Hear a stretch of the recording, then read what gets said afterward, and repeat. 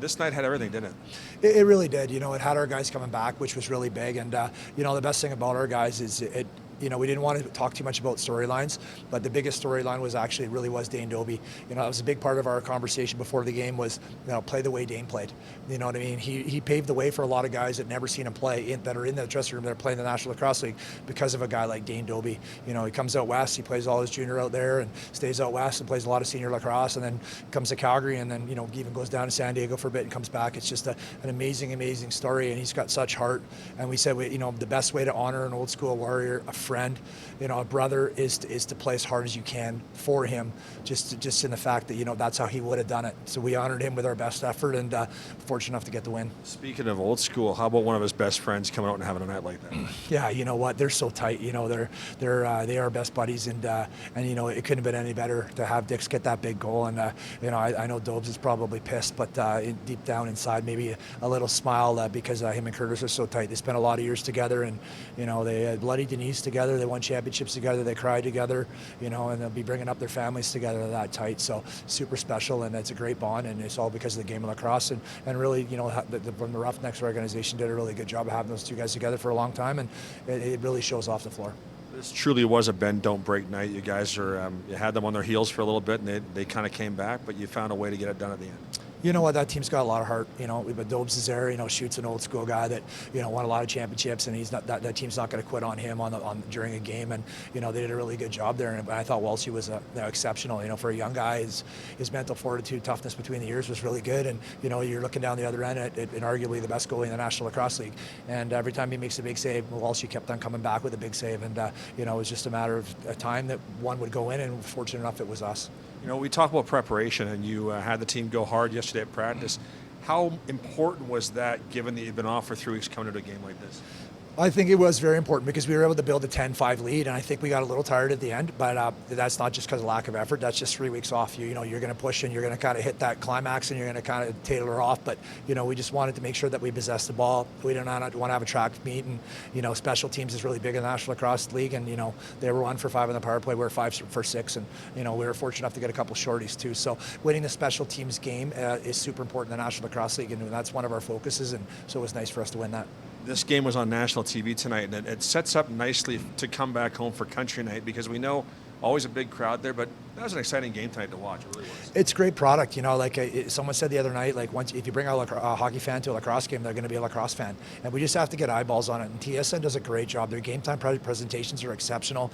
We just got to get people watching. And these fans in Calgary are awesome. And then we have great fans at home. And, our guys, now we've kind of turned the corner at home, really. The lower bowl gets close to full. If not, it's going to be full for the next one. And I know that our ticket staff is just killing it. And I know our fans would get all kinds of texts. They want to come out. And hopefully we could be a hot ticket in town. And the guys really care, and they really care about the city. They care about the front of the shirt, the organization, but most importantly, the fans and the province of British Columbia. So we hope they all come out because we're excited to get home. It's been a long time. What a special night, getting to be a part of that. Obviously, a guy that I looked up to and had the fortune of playing with pretty much my entire career, and nobody more deserving to have that honor to get his name in the rafters there. And I knew that's most talked about before the game. That's that's the kind of game Dane would want to see out of both teams. Just battle it out to the end and back and forth, obviously. But thankfully, we were able to squeak it out at the end.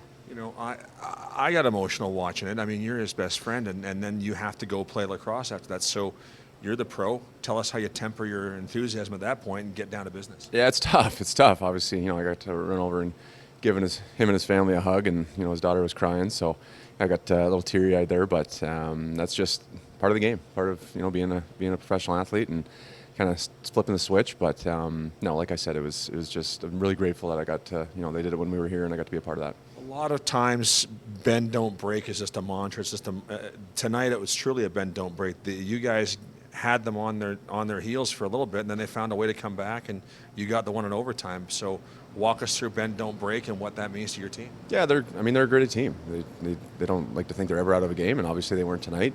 They did a great job battling back. Their defense and Walshy were lights out, especially in that fourth quarter there. We had a ton of good looks, and he was standing on his head, and thankfully, Christian and our defense, with killing off, letting one in on the 5-minute major, and obviously shutting them out in overtime was massive. That's hats off to them. That's them as much as it was me, giving us, at least, whatever it was, 3 or 4 possessions there in overtime to let us get the win. So it's a lot obviously to do with them. Our social and content team got a great picture of your final goal of the game. Can you just walk us through what you saw when you were looking at your final shot? Yeah, I mean, it's a bit of a blur. I think it might have been off a reset, but I was just coming off the half board. Someone, I think it was Ballers, had a good seal, and I came around, and one of their guys was standing in front of me, and I just kind of reached around him, and it squeaked through the armpit. Again, it wasn't a pretty one. That's again a testament to how well she was playing there in the second half, and we knew it wasn't going to be a pretty one, but the game was dragging on far too long for my liking, so I figured I had to just chuck one on net and hope it went in, and thankfully it did.